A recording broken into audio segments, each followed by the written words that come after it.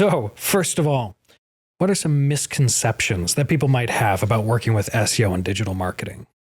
I think the biggest misconception with any single thing, with any single type of digital marketing, any single tool, like I view SEO as kind of a tool in digital marketing. There's a lot of different types of digital marketing. I know like what you do with the video content is digital marketing, right? You're putting it out there. It's getting, it's getting eyeballs or people to come view you and maybe want to interact with you, maybe want to do business with you.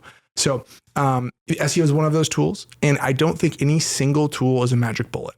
Sometimes people come in with this idea that they just need this one thing. If they just have this one thing right, they will get all the doors of the universe will open up to them. And it really is a multi-tool strategy. It's to get eyeballs, because you're competing against so much right now. Competing for people's attention takes a lot of effort. So I know for ourselves, we don't just rely on SEO for our own marketing efforts within our business. We have many strategies that we use to try to get business for our agency. Okay. All right. Well, so out of curiosity then, what are some of the other strategies, the other tools in this toolbox of digital marketing that we could look at? Yeah.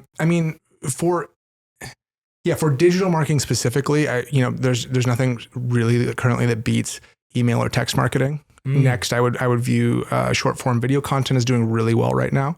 It's replicable on many different platforms, and there seems to be a lot of engagement with short form content right now, which seems to be really helpful.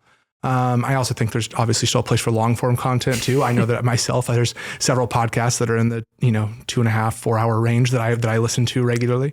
But I don't know exactly what the conversion is on something like that. And then there's really nothing, I don't want to say nothing, but there's also still a place for traditional means of communication. So cold calling, in-person networking, word of mouth still has a huge factor, because what it does is word of mouth.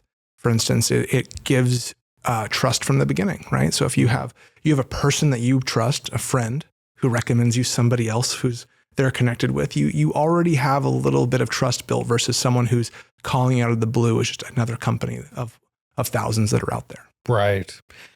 Okay. Well, nothing seemingly wrong with your answer there, so we'll let you slide there. Thank you. Is SEO really actually that necessary for the modern business? I think it depends. Yeah, it depends on if that modern business is trying to grow. If a business is happy where they're at, you're on your way out, you're wanting to retire, or you're happy with the small market that you have and having consistent work, and you're not trying to grow a team, you're not trying to expand, you're not trying to do more business year over year, then maybe not. But if you are trying to grow, if you are trying to have your business continue to be a vehicle for whatever it is you want to do, or if you want to automate certain things, it just really depends. But yeah, I think that it really just comes down to growth. If your business is committed to growing, being at the top of Google is super necessary. All right. And what's it going to take to get me to the top of Google, to be the first search result? It's going to cost me millions, or is it going to cost me like a couple $100? Between the two of those, but it really depends on if you're a local or national business or international business. And it depends on your competition. It's like you have to look at what the competition in your space is doing and what it looks like their marketing efforts are. We do a pretty in-depth evaluation of every business that comes to us to take a look at not only their business and where they're currently ranked, but where competitors in their industry are ranked and in the areas they're competing. So it's like the service and location are both kind of like two sides of that coin.